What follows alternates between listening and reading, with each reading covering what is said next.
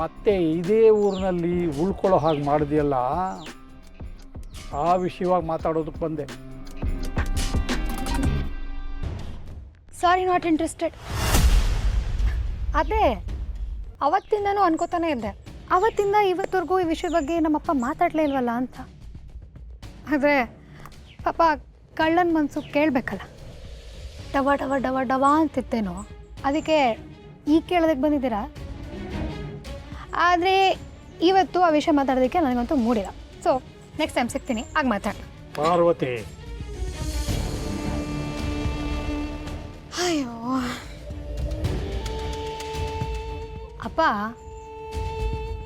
ಆನೆಯಾಗಿ ಸೊಪ್ಪು ತಿನ್ನೋದಕ್ಕಿಂತ ಇರುವೆಯಾಗಿ ಸಕ್ಕರೆ ತಿನ್ನೋದೇ ಲೇಸ್ ಅಲ್ವಾ?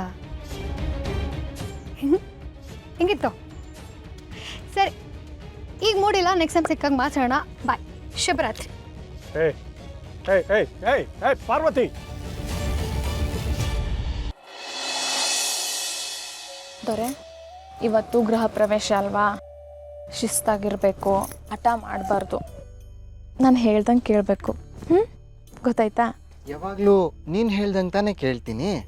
ಹಾಗೆ ಹೇಳಬಾರ್ದು ಕಂದ. ಗೃಹ ಪ್ರವೇಶ ಅನ್ನೋದು ದಿನ ಬರುತ್ತಾ? ಇಲ್ವಲ್ಲ. ಅದಕ್ಕೆ ಇವತ್ತು ನೀನು ಶಿಸ್ತಾಗಿರಬೇಕು ಅಂತ ಹೇಳ್ತಿದ್ದಾಳೆ ನಿನ್ನ ಹೆಂಡತಿ. ಹೆಂಡತಿ ಮಾತು ಕೇಳೋದಕ್ಕೆ ನಾನೇನು ನಾಗಣ್ಣನಾ? ಅಯ್ಯೋ, ಇದೆಲ್ಲ ಯಾರು ಹೇಳ್ಕೊಟ್ರು ದೊರೆ ನಿಮಗೆ?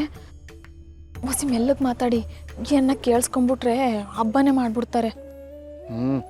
ಯಾರೂ ಹೇಳ್ಕೊಟ್ಟಿಲ್ಲ. ಅಜ್ಜಿ ನಾಗಣ್ಣನಿಗೆ ಬೈತಾ ಇದ್ರು, ನೀನು ಯಾವಾಗಲೂ ಹೆಂಡತಿ ಮಾತು ಕೇಳ್ತೀಯಾ, ಹೆಂಡತಿ ಮಾತು ಕೇಳ್ತೀಯಾ ಅಂತ. ಆದರೆ ನೀನು ಅಮ್ಮ ಹೆಂಡತಿ ಮಾತು ಕೇಳು ಅಂತ ಹೇಳ್ತೀರಾ, ನಾನೇನು ಮಾಡಲಿ? ನೋಡಿದ್ಯಾ ರಾಣಿ, ಇದಕ್ಕೇನು ಉತ್ತರ ಹೇಳೋದು? ದೊರೆ, ಯಾರೇ ಒಳ್ಳೇದು ಮಾತು ಹೇಳಿದ್ರು ಅದನ್ನು ಕೇಳಬೇಕು. ನಿನ್ನ ಹೆಂಡತಿ ಯಾವಾಗಲೂ ನಿಂಗೆ ಒಳ್ಳೆದನ್ನೇ ಬಯಸ್ತಾಳೆ ಕಣೋ, ಅದಕ್ಕೆ ಒಳ್ಳೆದನ್ನೇ ಹೇಳ್ಕೊಡ್ತಾಳೆ. ಗೊತ್ತಾಯ್ತಾ? ಅರ್ಥ ಆಯಿತು. ರಾಣಿ, ನಿಮ್ಮ ಅಣ್ಣ ಶಿವು, ಪಾರು, ನಿಮ್ಮ ಅಕ್ಕಂಗಿರು ಯಾರು ಬರಲ್ವಮ್ಮ? ಅತ್ತೆ, ಅಣ್ಣನೂ ಅತ್ತಿಗೆನೂ ರತ್ನಕ್ಕನ ನೋಡೋಕ್ಕೆ ಮಾವನ ಮನೆಗೆ ಹೋಗವ್ರೆ. ಗುಂಡಕ್ಕನಿಗೆ ಹೊಸಿ ಸಾನೆ ಕೆಲಸ ಅಂತೆ. ರಮ್ಯಾ ನೋಡಿದ್ರೆ ಅವ್ರದ್ದು ಎಕ್ಸಾಮ್ ನಡೀತೈತೆ, ಅದಕ್ಕೆ ಸುಮ್ಕಾದೆ.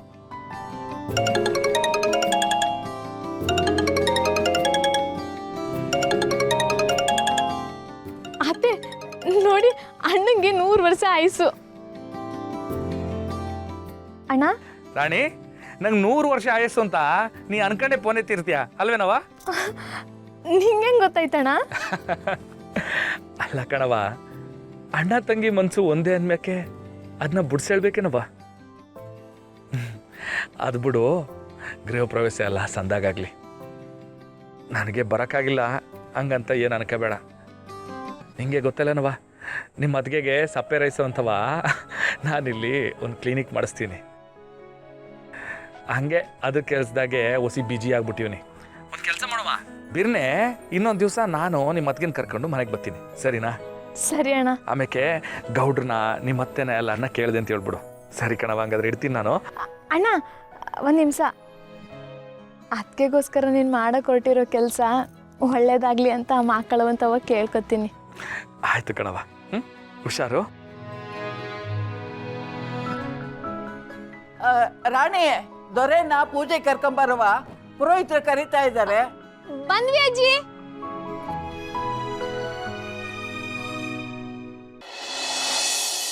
ಪಾಪ, ಮನೆ ಮಗಳು ತವ್ರ ಮನೆಗೆ ಬಂದಿದ್ಲು. ಅವಳ ಜೊತೆಲಿ ಖುಷಿಯಾಗಿ ಕೂತ್ಕೊಂಡು 4 ಮಾತು ಮಾತಾಡೋಕ್ಕಾಗಲಿಲ್ಲ. ಈ ಮನೆ ಯಜಮಾನನೇ ಸರಿ ಇಲ್ಲ ಅಂದಮೇಲೆ ನಾವು ತನಗೇನು ಮಾಡೋಕ್ಕಾಗುತ್ತೆ? ಪ್ರೀತಿಯಿಂದ ಏನು ಬೇಕಾದರೂ ಕೇಳ್ಬೋದಂತೆ. ಆದರೆ ಈ ಮನೇಲಿ ಆ ಪ್ರೀತಿನೇ ಸೋತ್ ಕೂತಿದೆ. ಪಾಪಿಗಳು ನಾವು. ಈ ಕಡೆ ಮನೆ ಸೊಸೆಗೆ ಅನ್ಯಾಯ ಆಗ್ತಿದ್ರು, ಮಗನ ಮೇಲೆ ದಬ್ಬಾಳಿಕೆ ಆಗ್ತಿದ್ರು. ಯಾವುದನ್ನು ನಮ್ಮ ಕೈಯಲ್ಲಿ ವಿರೋಧಿಸಕ್ಕಾಗ್ತಿಲ್ಲ.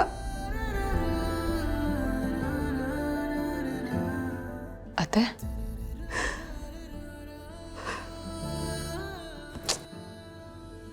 ಅತ್ತೆ ಪ್ಲೀಸ್ ನೀವು ಕಣ್ಣೀರು ಹಾಕಬೇಡಿ ಅತ್ತೆ.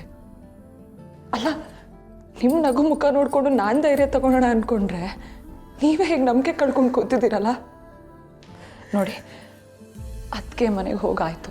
ಅವಳಿಗೆ ಇಲ್ಲಿ ನಡೆದಿರೋ ಯಾವ ವಿಷಯನೂ ಗೊತ್ತಾಗಿಲ್ಲ. ನೀವು ಯೋಚನೆ ಮಾಡಬೇಡಿ, ಹೀಗೆಲ್ಲ ಕಣ್ಣೀರು ಹಾಕಬಾರ್ದು. ರತ್ನ, ಅಯ್ಯೋ ಅಯ್ಯೋ ರೀ, ಏನು ಮಾಡ್ತಿದ್ದೀರಾ ನೀವು? ಏನಾಗಿದೆ ನಿಮಗೆ? ಏನಾಯ್ತಪ್ಪ? ಏನು ಹೇಳೋಣವ, ರತ್ನ ನನ್ನ ಪಾಲ್ಗೆ ಬರೀ ಎಂಡ್ರಾಗಲಿಲ್ಲ, ಇವತ್ತು ತಾಯಿ ಆಗ್ಬಿಟ್ಲು.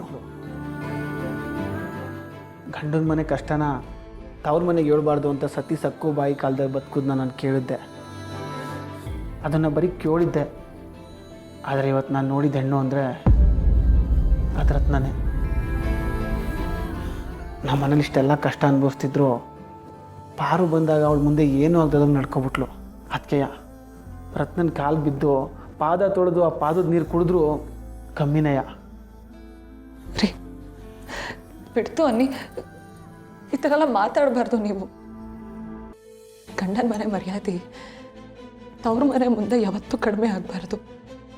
ನನ್ನ ಅಣ್ಣ ಅದಕ್ಕೆ ಹೇಳ್ಕೊಟ್ಟಿರೋ ಸಂಸ್ಕಾರ ಇದು. ಅದನ್ನು ನಾನು ಫಾಲೋ ಮಾಡ್ತಿದ್ದೀನಿ ಅಷ್ಟೆ. ಇವತ್ತಂತಲ್ಲ, ಇನ್ನು ಮುಂದೆನೂ ಅಷ್ಟೆ.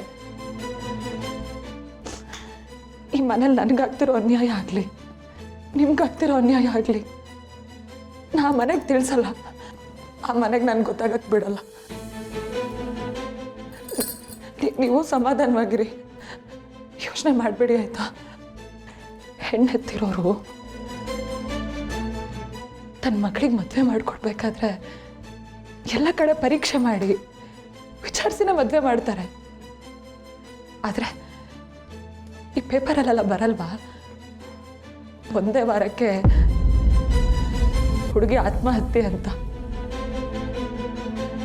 ಇದಕ್ಕೆಲ್ಲ ನಾವು ಹೆಣ್ಣಿನ ಮನೆಯವ್ರನ್ನ ದೂಷಿಸೋಕ್ಕಾಗತ್ತಾ? ಯಾವ ಹೆಣ್ಣೆತ್ತವ್ರಾಗಲಿ ತನ್ನ ಮಗಳು ಕಷ್ಟಪಡಲಿ ಅಂತ ನರ್ಕಕ್ಕೆ ತುಡ್ತಾರೆ ಹೇಳಿ? ಅವರು ಖುಷಿಯಾಗಿರಲಿ ಅಂತಲೇ ಎಲ್ಲರೂ ಬಯಸೋದು. ಹಾಗಿದ್ಮೇಲೆ ನಮ್ಮ ಅಣ್ಣ ಅಂತೂ ಮಾವಯ್ಯನ್ನೇ ದೇವರು ಅಂದ್ಕೊಂಡ್ಬಿಟ್ಟಿದ್ದಾನೆ. ಅವನಿಗೇನಾದರೂ ಈ ವಿಷಯ ಗೊತ್ತಾದರೆ ಅವನು ತುಂಬ ನೊಂದ್ಕೊಂಡ್ಬಿಡ್ತಾನೆ. ನೋಡಿ, ನಾನಾಗಲಿ ನೀವಾಗಲಿ ಯಾರು ಅಣ್ಣಂಗೆ ಗೊತ್ತಾಗಕ್ಕೆ ಬಿಡಬಾರ್ದು ಪ್ಲೀಸ್.